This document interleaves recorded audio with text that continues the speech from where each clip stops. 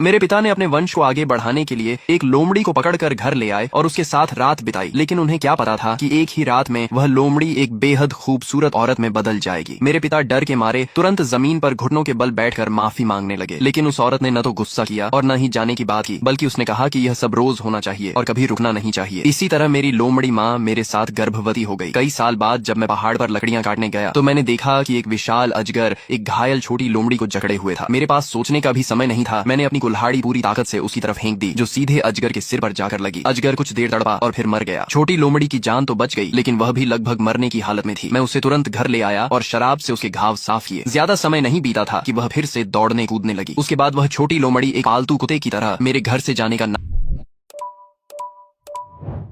नाम ही नहीं लेती थी। लेकिन मैं तो एक अनाथ था, न माँ थी न बाप। खुद का पेट भरना भी मुश्किल था। मैंने कई बार उसे वापस जंगल में छोड़ने की कोशिश की, लेकिन हर रात वह लड़खड़ाते हुए वापस आ जाती। कभी उसके मुंह में जंगली फल होते, कभी जंगली खरगोश और कभी जंगली मुर्गी। तभी मुझे समझ आया कि वह मुझे बताना चाहती है कि वह अपना खर्च खुद उठा सकती है। तब जाकर मैंने उसे अपने पास रख लिया। उसके बाद वह मेरी छोटी साथी बन गई। मैं लकड़ियां काटने जाता तो वह साथ जाती, मैं भेड़ें चराने जाता तो वह भी साथ होती। यहाँ तक कि जब मैं पढ़ाई करता तब भी वह चुपचाप मेरे पास लेटी रहती। लेकिन ये खुशहाल जिंदगी मेरे 12वीं के साल अचानक खत्म हो गई। एक दिन छोटी लोमड़ी बिना कुछ बताए गायब हो गई। मैं रात होने तक उसका इंतजार करता रहा, लेकिन वह वापस नहीं आई। उसकी जगह एक बूढ़ी औरत मेरे घर आई। वह लाठी के सहारे चल रही थी और उसके चेहरे पर दयालु मुस्कान थी। उसने कहा, बेटा, मैं अपनी पोती को ढूंढ रही हूँ, क्या तुमने उसे देखा है? मैंने पूछा, आपकी पोती कौन है? वह बोली, कुछ साल पहले मैं बाहर गई थी और घर की जिम्मेदारी अपनी पोती को देकर गई थी, लेकिन जब वापस लौटी तो वह गायब थी। लोगों ने कहा कि वह तुम्हारे घर में रहती है। उसकी बात सुनते ही बूढ़ी औरत ने अजीब सी आवाज निकाली, लगातार सिर हिलाती रही और मेरी रसोई की तरफ घूरने लगी। मैंने उसकी नजरों का पीछा किया तो देखा कि छोटी लोमड़ी वहीं बैठी हुई थी। वह बूढ़ी औरत की तरफ ऊंच हिला रही थी और उसके चेहरे पर हल्की मुस्कान भी थी। याद रहे, यह पहली बार था जब उसने किसी दूसरे इंसान के सामने खुद को दिखाया था। बूढ़ी औरत कुछ देर हंसी और फिर बिना कुछ कहे मुड़कर चली गई। उसी रात छोटी लोमड़ी हमेशा की तरह मेरे पेट पर सिर रखकर सोई, लेकिन अगली सुबह जब मेरी आंख खुली तो वह गायब थी। मैं बिस्तर से उठा तो देखा कि मेज पर एक लाल रंग का दुपट्टा जैसा कपड़ा रखा था। उसके अंदर एक औरत के काले बालों का गुच्छा था, जिसे लाल कागज से लपेटा गया था। मुझे बिल्कुल समझ नहीं आया कि यह किस काम की चीज है, इसलिए मैं उसे लेकर गाँव के मुखिया के पास गया। मुखिया ने उसे देखते ही मुस्कुराकर कहा, यह तो किसी लड़की का प्रेम संकेत है, इसे लेकर तुम उसके घर शादी का प्रस्ताव भेज सकते हो। जल्दी बताओ, वह लड़की कौन है? मैं वहीं स्तब्ध रह गया। क्या यह छोटी लोमड़ी मेरे लिए छोड़कर गई थी? लेकिन मैंने कभी नहीं सोचा था कि उस दिन के बाद छोटी लोमड़ी फिर कभी वापस नहीं आएगी। उसके जाने के बाद मेरा दिल खाली खाली रहने लगा। हर दिन खाने और सोने के अलावा मैं उसे पूरे जंगल और पहाड़ों में ढूंढता रहता, लेकिन उसका कोई निशान नहीं मिला। मुझे तो यहाँ तक लगने लगा कि शायद किसी शिकारी ने उसे पकड़ लिया है। लगभग 15 दिन तक खोजने के बाद भी मुझे वह नहीं मिली। तब मैं पूरी तरह निराश हो चुका था और सोचने लगा था कि अब उससे कभी मुलाकात नहीं होगी। लेकिन 15 दिन बाद एक रात मैंने देखा कि एक बूढ़ी औरत मेरे घर के बाहर बैठकर रो रही है। मैं भौहें सिकोड़कर उसके पास गया और पूछा कि क्या हुआ है। उसने अचानक सिर उठाया और डरावनी आवाज में बोली, मैं अपने पोते को ढूंढ रही हूँ, मेरा पोता गायब हो गया है। तुमने उसे देखा है ना? मेरी रीढ़ में सिहरन दौड़ गई। पिछली बार पोती को ढूंढ रही थी और इस बार पोते को, और दोनों बार मेरे पास ही क्यों आई? मैंने जल्दी से सिर हिलाकर कहा कि मैंने किसी को नहीं देखा, लेकिन बूढ़ी औरत के चेहरे पर अजीब सी मुस्कान आ गई। वह बोली, तो 6 साल पहले क्या तुमने मेरे पोते को देखा था? उसकी आवाज ऐसे लग रही थी जैसे वह मुझसे जवाब मांग रही हो। मैं काफी देर सोचता रहा और मन ही मन यही समझा कि यह बूढ़ी औरत शायद पागल है। यह सुनकर वह कुछ नहीं बोली, बस मुझे घूरते हुए मुस्कुराती रही। उसकी वह रहस्यमयी मुस्कान देकर मैं डर गया और पीछे हटा हुआ भागकर गांव के मुखिया के घर पहुंच गया। हाँफते हुए मैंने उसे सारी बात बता दी। मुखिया मुंह में बीड़ी दबाए बैठा था। मेरी बात सुनकर वह अचानक ठिठक गया और फिर मेरे पीछे इशारा करते हुए बोला, जिस औरत की बात कर रहे हो क्या वह यही है? मेरी पीठ में ठंडी लहर दौड़ गई। मैं कांपते हुए पीछे मुड़ा और देखा कि वही बूढ़ी औरत बिना कोई आवाज किए मेरे पीछे खड़ी थी। मैं डर कर तुरंत मुखिया के पीछे छिप गया। मुखिया ने उसे ऊपर से नीचे तक देखा और पूछा, तुम किस गांव की हो बुढ़िया? रात को एक छोटे बच्चे को डराना ठीक नहीं है। बूढ़ी औरत ने बस भारी आवाज में कहा, मैं अपने पोते को ढूंढने आई हूँ। उसके बाद गांव का मुखिया उससे चाहे जितना पूछता रहा, वह सिर्फ मुस्कुराती रही। आखिर मुखिया घर के अंदर गया और 2 अंडे लाकर उसके हाथ में थमा दिए। ये लो और यहाँ से निकल जाओ, आगे से मेरे इलाके में आकर लोगों को मत डराना। लेकिन बूढ़ी औरत ने अंडों को देखा और गुस्से में जमीन पर पटक दिया। फिर वह चीखते हुए मेरी तरफ उंगली दिखाकर बोली, इसने मेरे पोते को मार डाला है, मैं जिंदगी भर इसका पीछा करूंगी। ये सुनते ही मुखिया का चेहरा बदल गया। उसने तुरंत मुझे आंगन की बत्ती जलाने को कहा। मैं भाग कर गया और रस्सी खींचकर बत्ती जला दी। दरवाजे के सामने रोशनी फैलते ही मैंने साफ देखा कि बूढ़ी औरत के कंधे पर एक लाल रंग का जहरीला सांप लिटा हुआ था। उसकी 2 जहरीली दांत बाहर निकली हुई थी और वह मुझे घूर रहा था। मुखिया भी घबरा गया। उसने धीरे से मुझसे पूछा, मेरी नजर कमजोर है, जरा देख तो उस बूढ़ी औरत की परछाई है या नहीं। यह सुनकर मैंने तुरंत उसकी तरफ देखा। वह बिल्कुल सीधी खड़ी थी, लेकिन उसके पीछे सचमुच कोई परछाई नहीं थी। मेरे पूरे शरीर में ठंडा पसीना छूट गया। मैं डर के मारे कुछ बोल नहीं पाया और बस सिर हिला दिया। तभी मुखिया ने अचानक जोर से कहा, बेटा डर मत, मेरे घर में एक पुश्तैनी तलवार रखी है, जल्दी जाकर ले आ। मैं कांपते हुए घर के अंदर भागा, लेकिन काफी देर ढूंढने के बाद भी मुझे कोई तलवार नहीं मिली। जब मैं बाहर घबराकर कहने वाला था कि कुछ नहीं मिला, तब तक बूढ़ी औरत दूर जा चुकी थी। मुखिया ने घबराकर मुझे अंदर खींच लिया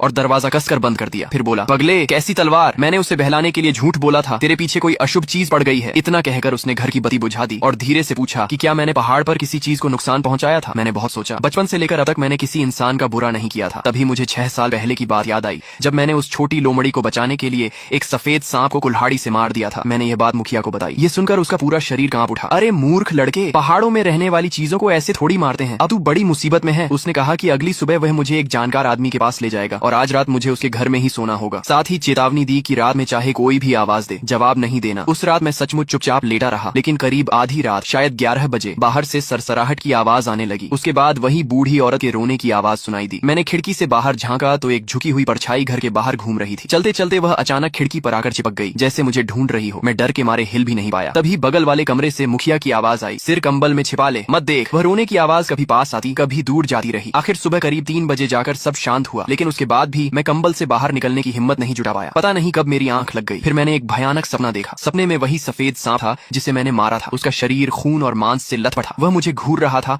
और इंसानों की भाषा में कह रहा था, मुझे मेरी जान वापस दे। मैं चीख मारकर बिस्तर पर बैठ गया। तब तक सुबह हो चुकी थी। मुखिया मेरे सिरहाने खड़ा था और मुझे जल्दी उठने को कह रहा था ताकि वह मुझे दूसरे गांव के एक जानकार आदमी के पास ले जा सके। लेकिन उसी रात वह पागल बूढ़ी औरत फिर आ गई। वह फिर खिड़की पर चिपकी हुई मुझे देखकर मुस्कुरा रही थी। मुखिया हाथ में चाकू लेकर बाहर भागा, लेकिन वहां कोई नहीं मिला। बाद में अगरबत्ती जलाना, कागज जलाकर माफी मांगना, सब बेकार गया। सबसे डरावनी बात तो ये हुई कि अगली सुबह जब मेरी आंख खुली तो मैं पहाड़ पर एक बड़े पेड़ के नीचे पड़ा था और वही जगह थी जहां मैंने सालों पहले उस सफेद सांप को मारा था। इस तरह 3 दिन तक मैं मुखिया के घर में छिपा रहा। हर उपाय आजमाया गया, लेकिन कोई फायदा नहीं हुआ। मुखिया भी इतनी परेशानी से थक चुका था। मैं उसे और मुसीबत में नहीं डालना चाहता था, इसलिए चौथे दिन सुबह उसकी बात न मानते हुए चुपचाप अपने घर लौट आया। लेकिन मुझे हैरानी हुई कि घर पहुंचते ही मुखिया भी हांफता हुआ पीछे पीछे आ गया। उसके हाथ में एक फावड़ा था। वह बोला, पगले, मैं कैसे देख सका हूँ कि तू अकेला मरने जा रहा है। आज चाहे जो हो जाए, मैं इस मुसीबत को खत्म करके रहूंगा। फिर उसने गंभीर नजरों से मेरी तरफ देखा। बेटा, अब मैं तुझसे सच नहीं छिपाऊंगा। लियू परिवार तुझसे बदला लेने आया है। अगर जिंदा रहना है तो सिर्फ एक ही रास्ता बचा है। मैं घबरा कर बोला, ये लियू परिवार और हु परिवार क्या है? मैंने तो कभी इनके बारे में नहीं सुना। मुखिया बोला, हुआंग, बाई, लियू और हुई, ये सब पुराने आदमी परिवार हैं। जिस सांप को तूने मारा था और जो अब तेरा पीछा कर रहे हैं, वे लियू परिवार से हैं। और जिस छोटी लोमड़ी को तूने बचाया था, वह हु परिवार की थी। अब सिर्फ वही लोग तेरी मदद कर सकते हैं। मैं डर के मारे कांपने लगा और पूछा कि क्या कोई दूसरा रास्ता नहीं है? मुखिया ने सिर हिलाया। इंसानों और आत्मिक जीवों की दुनिया अलग होती है। मैं नहीं चाहता था कि तू इस रास्ते पर जाए, लेकिन अब हमारे सारे उपाय खत्म हो चुके हैं। वह लाल कपड़ा अभी भी तेरे पास है? मैंने हाँ में सिर हिलाया। वह बोला, बहुत अच्छा, यह हु परिवार की किसी लड़की की निशानी है। इसे साथ लेकर जाओगे तभी उन्हें ढूंढ पाओगे। उसकी बात खत्म भी नहीं हुई थी कि बाहर आंगन से अचानक अनगिनत सरसराहट की आवाजें आने लगी। मुखिया का चेहरा सफेद पड़ गया। उसने तुरंत पास रखी बड़ी छुरी उठा ली। हम दोनों अभी मुख्य कमरे तक पहुंचे ही थे कि एक डरावना दृश्य सामने आया। वही बूढ़ी औरत रास्ते पर खड़ी थी और उसकी आंखों में खौफनाक चमक थी। मेरा दिमाग सुन्न हो गया और मेरे पैर जवाब देने लगे। मैं कांपते हुए पीछे हटने लगा। आंखों में आंसू भर आए। तभी मुखिया ने मुझे पकड़कर वापस खींच लिया और भारी मेज से दरवाजा अड़ा दिया। फिर चिल्लाकर बोला, बेटा ध्यान से सुन, अगर हु परिवार सामने नहीं आया तो हमारा गांव भी नहीं बचेगा। उसने पिछली खिड़की की तरफ इशारा किया। खिड़की से निकल जाओ, निशानी साथ लो और सीधे दक्षिणी पहाड़ के कब्रिस्तान की तरफ भागो। रास्ते में चाहे कुछ भी सुनो, पीछे मुड़कर मत देखना। इस बीच बाहर सांपों का झुंड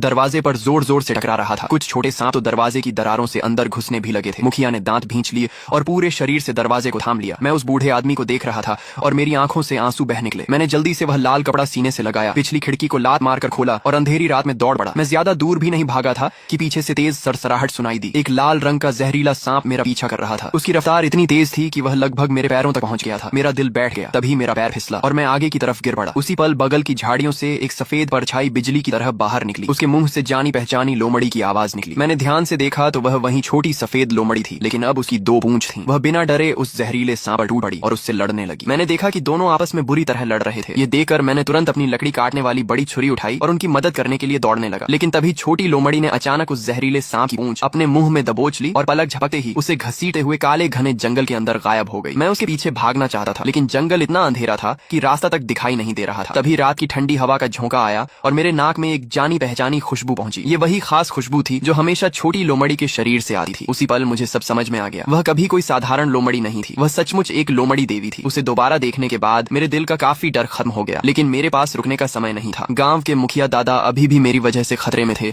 और मुझे उनकी जान बचानी थी। मैंने गहरी सांस ली और हिम्मत जुटाकर दक्षिणी पहाड़ की तरफ दौड़ना जारी रखा। अपनी जिंदगी में मैं कभी इतना तेज नहीं भागा था। कानों के पास हवा सीटी मार रही थी और मुझे बार बार ऐसा महसूस हो रहा था जैसे कोई बर्फ जैसा ठंडा जीव मेरे पैरों के पीछे पीछे रेंग रहा हो। मैं पीछे मुड़कर देखने की हिम्मत नहीं कर सका और बस चांदनी की हल्की रोशनी के सहारे भागा रहा। ये गांव की निषिद्ध जगह थी जहां आमतौर पर कोई आने की हिम्मत नहीं करता था। जितना ऊपर चढ़ता गया रास्ता उतना ही सुनसान और डरावना होता गया। चारों तरफ टूटे पत्थर और बिना नाम वाली पुरानी कब्रें दिखाई दे रही थीं। तभी अचानक मेरे पीछे से गांव के मुखिया दादा की आवाज आई, बेटा एक बार पीछे मुड़कर अपने दादा को तो देख। मेरे कदम अचानक धीमे पड़ गए और दिल जोर से धड़कने लगा। एक पल के लिए मुझे लगा कि शायद दादा सचमुच वहां से बचकर निकल आए हैं। मैं लगभग पीछे मुड़ने ही वाला था कि अचानक मुझे उनकी चेतावनी याद आ गई, रास्ते में चाहे कुछ भी सुनो, पीछे मत देखना। वह आवाज लगातार मेरे करीब आती जा रही थी। मुझे तो ऐसा भी महसूस होने लगा कि कोई मेरे गर्दन के पास ठंडी सांसें छोड़ रहा है। मैं डर के मारे पागलों की तरह और तेज भागने लगा। आखिरकार मैं एक भयानक और सुनसान कब्रिस्तान में पहुंच गया। तभी सामने से एक अजीब सी आवाज सुनाई दी, जैसे कोई धीरे धीरे बाल संवार रहा हो। चांदनी की हल्की रोशनी में मैंने देखा कि सामने एक कब्र के ऊपर सफेद कपड़े पहने एक आकृति बैठी हुई थी। उसके हाथ में एक पुरानी लकड़ी की कंघी थी और वह धीरे धीरे अपने बहुत लंबे बालों को संवार रही थी। उसके काले बाल जमीन तक घिसट रहे थे और वह पीठ करके चुपचाप बैठी हुई थी। तभी वह सफेद आकृति धीमी आवाज में बोली, लड़के मेरे बाल देखो, क्या ये सुंदर है। उसकी आवाज सुनते ही मेरा पूरा शरीर जम गया। तभी मुझे डरावनी सच्चाई का एहसास हुआ। वह मेरी तरफ पीठ करके नहीं बैठी थी, बल्कि शुरू से ही मेरी तरफ मुंह करके बैठी थी। अगले ही पल उसने अपने चेहरे पर लटक रहे बिखरे बालों को हटाया और एक सफेद डरावना चेहरा सामने आ गया। यह दृश्य देखते ही मेरे पैरों से ताकत निकल गई और मैं जमीन पर गिर पड़ा। उसी समय मेरी बाहों में दबा लाल कपड़ा और बालों का गुच्छा भी लुढ़कर बाहर गिर गया। वह महिला आत्मा अचानक चीख उठी और मेरी तरफ झपट पड़ी। उसी समय पीछे की झाड़ियों से वह लाल जहरीला सांप भी निकल आया और अपने जहरीले दांत दिखाते हुए सीधे मेरे गले की तरफ बढ़ा। मेरे सामने भूत और पीछे सांप था। मेरे हाथ में सिर्फ लकड़ी काटने वाली छुरी थी। उस पल मुझे लगा कि अब मेरा बचना नामुमकिन है। लेकिन ठीक उसी समय जमीन पर पड़ा लाल कपड़ा अचानक लाल रोशनी से चमक उठा। उसके अंदर रखा काले बालों का गुच्छा बिना हवा के अपने आप जलने लगा और फिर धुएं की एक पतली लकीर बनकर आसमान की तरफ उड़ गया। ऐसा लगा जैसे समय उसी पल रुक गया हो। हवा में झपटी हुई वह महिला आत्मा अचानक किसी अदृश्य दीवार से टकरा गई और दर्द भरी चीख मारने लगी। वह डर कर चिल्लाई, हूँ परिवार की पवित्र अग्नि, जैसे उसने अपने सबसे बड़े दुश्मन को देख लिया हो। अगले ही पल वह काले धुएं में बदल गई और तेजी से वापस अपनी कब्र में घुस गई। वहीं वह भयानक लाल सांप भी अचानक अपनी सारी ताकत खो बैठा। वह धप से जमीन पर गिर पड़ा और डर के मारे अपना सिर मिट्टी में छिपा लिया। उसका पूरा शरीर कांप रहा था और उसमें भागने की भी हिम्मत नहीं बची थी। मैं जोर जोर से सांस लेने लगा। मेरी पीठ पसीने से भीग चुकी थी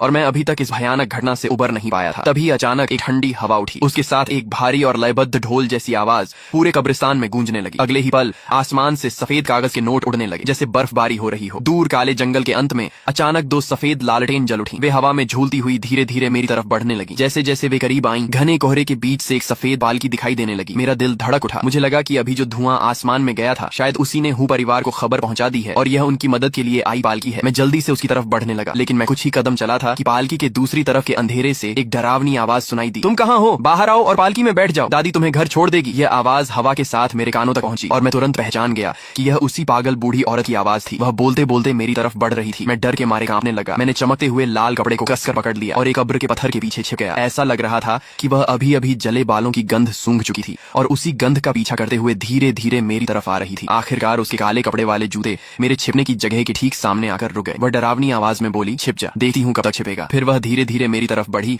और हवा सूंघती हुई मेरे बेहद करीब आ गई। कुछ पल ऐसे ही बीते। फिर उसने ठंडी आवाज में नाक से फुंकार भरी, मुड़ी और वहां से चली गई। जब उसकी परछाई पूरी तरह गायब हो गई तब जाकर मैंने राहत की सांस ली। मुझे गांव के मुखिया दादा की बात याद आई। मैं उस धुंधली पहाड़ी पगडंडी पर आगे बढ़ता गया। आखिरकार पहाड़ की चोटी पर पहुंचकर मुझे वह विशाल पेड़ मिल गया जिसके बारे में दादा ने बताया था। पेड़ के पीछे खोजने पर मुझे एक पत्थर की शिला दिखाई दी जिस पर हू परिवार के पूर्वजों का नाम खुदा हुआ था। मैं उसके सामने घुटनों के बल बैठ गया। पत्थर की उस शिला के सामने मैं घुटनों के बल बैठ गया और दोनों हाथों से लाल कपड़ा उठाकर 3 बार सिर झुकाकर प्रणाम किया। अगले ही पल अचानक चारों तरफ तेज हवा चलने लगी। सूखे पत्ते हवा में उड़कर मेरे चारों ओर घूमने लगे। तभी मेरे पीछे एक महिला की आवाज सुनाई दी, हम तुम्हारा काफी समय से इंतजार कर रहे थे, तुम आ गए हो, मेरे साथ चलो। मैं तुरंत खड़ा हुआ और सम्मान से झुकर उसे प्रणाम किया। वह हल्का सा मुस्कुराई और बोली, मेरा नाम दौर है, मैं हूँ परिवार की सबसे बड़ी बेटी हूँ, मैं खास तुम्हें लेने आई हूँ। आगे चलकर हम एक ही परिवार के सदस्य बन जाएंगे, इसलिए इतना फॉर्मल होने की जरूरत नहीं है। ये सुनकर मैंने राहत की सांस ली और उसका धन्यवाद किया, लेकिन उसने हाथ हिलाकर कहा, धन्यवाद मुझे नहीं, हमारी दूसरी राजकुमारी को देना। उसी ने जिद की थी कि मैं तुम्हें लेने आऊं, नहीं तो मुझे आने में कोई दिलचस्पी नहीं थी। वह मुस्कुराई तो मैं खुद को रोक नहीं पाया और पूछ बैठा, लिंगर कौन है? वह हंसकर बोली, लिंगर वही है जिसे तुम छोटी लोमड़ी कहते हो, हमारे परिवार की सबसे प्यारी बेटी। जब तुम्हारी शादी की रात होगी तब तुम उसे देख लोगे। यह सुनते ही मेरा दिल जोर जोर से धड़कने लगा। सचमुच वह छोटी लोमड़ी ही थी। जैसे ही उसने शादी की बात की मेरा चेहरा लाल हो गया। यह देखकर वह और ज्यादा खुश हो गई। उसने कहा, हमारे यहाँ नियम है कि शादी से पहले दूल्हा दुल्हन एक दूसरे को नहीं देख सके। देखो तुम कितने बेचैन हो, चिंता मत करो, 6 साल तक तुम्हारे साथ रहने वाली हमारी राजकुमारी लिंगर ऐसी सुंदर लड़की है जिसे देखकर हजारों लड़के दीवाने हो जाते हैं। ये सुनकर मेरा चेहरा और भी लाल हो गया और मैं चुपचाप उसके पीछे चलने लगा। आगे पूरे रास्ते हम दोनों ज्यादा नहीं बोले। काफी देर चलने के बाद अचानक सामने एक छोटा सा महल जैसा स्थान दिखाई दिया जो रोशनी से जगमगा रहा था। दरवाजे पर नौकर खड़े थे। मैं द्वार के पीछे पीछे अंदर जाने लगा। तभी मेरी नजर सामने वाली इमारत की दूसरी मंजिल पर गई। वहाँ खिड़की के पास कोई मुझे देख रहा रहा था। ध्यान से देखने पर लगा कि वह लाल शादी के कपड़ों में एक लड़की थी जिसके सिर पर सुंदर मुकुट जैसा आभूषण था। वह चुपके से मुझे देख रही थी, लेकिन जैसे ही हमारी नजरें मिली वह शर्माकर तुरंत अपने चेहरे को आस्तीन से ढककर छिप गई। मैं मन ही मन सोचने लगा क्या वह सचमुच छोटी लोमड़ी है, लेकिन मैं अपनी उत्सुकता दबाकर दौड़ के साथ अंदर चला गया। जैसे ही कमरे में पहुंचा मैंने देखा कि वहाँ बहुत सारे लोग बैठे हुए थे। तभी मेरी नजर एक बूढ़ी महिला पर पड़ी और मैं चौंक गया। ये वही दादी थी जो कई साल पहले मेरे घर अपनी पोती को ढूंढने आई थी। द्वार ने मेरी तरफ देखकर कहा, ये हमारी माता जी हैं। मैंने तुरंत सम्मान से झुककर उन्हें प्रणाम किया। बूढ़ी महिला मुस्कुराई। उसके चेहरे पर दयालुता तो थी, लेकिन उससे भी ज्यादा एक ऐसा रौब था जिससे हर कोई सम्मान करने लगे। इसके बाद द्वार ने मुझे वहाँ बैठे बाकी लोगों से भी मिलवाया। जब हम सब बैठ गए तब बूढ़ी महिला बोली, द्वार बाहर जाओ और दरवाजे पर नजर रखो। लियू परिवार के लोग आसपास हैं, हम उनका स्वागत नहीं करते, उन्हें अंदर मत आने देना। भोज तैयार है, बाकी सब लोग जाकर बैठ जाएं। थोड़ी ही देर में कमरे में सिर्फ मैं और बूढ़ी महिला रह गए। तभी उनका चेहरा गंभीर हो गया। उन्होंने कहा, बेटा तुम्हारे बारे में मुझे सब पता है। जब तक तुम्हारी शादी पूरी नहीं हो जाती दुश्मन कभी भी बीच में रुकावट डाल सकता है। तुमने हमारी बेटी की जान बचाई थी, इसलिए हम पूरी ताकत से तुम्हारी मदद करेंगे, लेकिन हमारे परिवार के भी कुछ नियम हैं। शादी से पहले आने वाली मुश्किलों का सामना तुम्हें खुद करना होगा। क्या तुम ये समझते हो? मैं डर के मारे कांप रहा था, लेकिन फिर भी सिर हिलाकर बोला, मैं समझता हूँ। अगर इससे मेरे दादा की जान बच सकती है तो मैं हर खतरा उठाने को तैयार हूँ। मेरी बात सुनकर बूढ़ी महिला के शरीर में हल्का सा कंपन हुआ। उन्होंने गहरी सांस ली और कहा, अच्छा सचमुच जो व्यक्ति हो परिवार का दामाद बनने योग्य हो वह साधारण नहीं हो सकता। मुझे तुम पर भरोसा है। इसके बाद उन्होंने नौकरों को बुलाया। मुझे दूल्हे के कपड़े पहनाए गए, सिर पर शादी की टोपी रखी गई और लाल रंग का शानदार वस्त्र पहनाया गया। फिर मुझे एक लाल पालकी में बैठा दिया गया। पालकी अभी गली में कुछ ही दूर गई थी कि अचानक बाहर से एक अजीब आवाज सुनाई दी, अरे यहाँ शादी हो रही है क्या? जैसे ही ये आवाज आई पालकी तुरंत रुक गई। मेरे शरीर में सिहरन दौड़ गई। मैंने खिड़की का पर्दा हटाकर बाहर देखा। तभी बाहर खड़ी द्वार गुस्से से चिल्लाई, बकवास बंद कर। हूँ परिवार की सीमा में आकर बदतमीजी करने की हिम्मत कैसे हुई? तभी पता नहीं कहां से एक लाल सांप बिजली की तरह निकला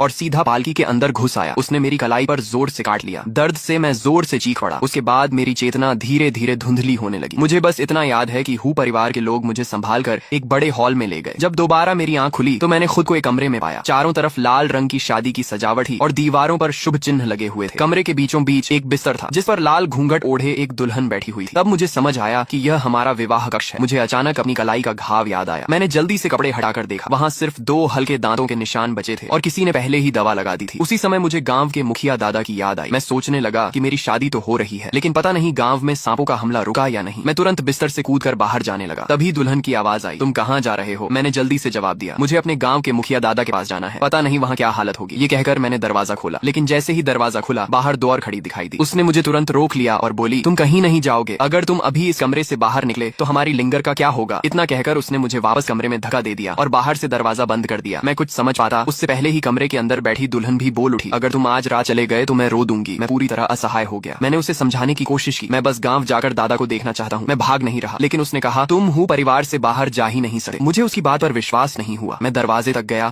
और पूरी ताकत से उसे खींचा, लेकिन वह बाहर से बंद था। मैं परेशान होकर सोच ही रहा था कि अब क्या करूं। तभी दुल्हन ने कहा, अगर तुम सच में जाना चाहते हो तो मैं तुम्हारे साथ चल सकती हूँ, मुझे बाहर निकलने का तरीका पता है। मैं ये सुनकर खुश हो गया, लेकिन उसने तुरंत सिर हिलाकर कहा, नहीं अभी नहीं, पहले तुम्हें मेरा घूंघट उठाना होगा। माँ ने कहा है कि यह काम सिर्फ दूल्हा ही करेगा, उसके बाद हमें शादी की रस्म के अनुसार साथ में शराब भी पीनी होगी। मैं बेचैन होकर दरवाजे की तरफ देखने लगा। समय बर्बाद करने का मौका नहीं था, इसलिए मैं जल्दी से उसके सामने पहुंचा और उसका घूंघट उठाने के लिए हाथ बढ़ाया, लेकिन वह नाराज होकर बोली, हाथ से नहीं, वहाँ रखी हुई लकड़ी की छड़ी से उठाओ। मैं मन ही मन हैरान रह गया। मैंने सोचा ये लड़की कितनी नियमों वाली है, लेकिन मेरे पास कोई और रास्ता नहीं था। मैं मेज के पास गया, वह छड़ी उठाई और वापस उसके सामने आ गया। उसी समय मैंने देखा कि उसने अपने दोनों गोरे हाथों से अपने कपड़ों को कसकर पकड़ रखा था। ऐसा लग रहा था कि वह मुझसे भी ज्यादा घबराई हुई है, लेकिन उस समय मेरे पास उसके बारे में सोचने का समय नहीं था। मैंने बिना देर किए छड़ी उठाई और उसके लाल घूंघट को एक ही झटके में ऊपर उठा दिया। तो दोस्तों फिलहाल इस मैनहवा के सिर्फ इतने ही पार्ट्स रिलीज हुए हैं, इसलिए स्टोरी यहीं तक अवेलेबल है। जैसे ही इस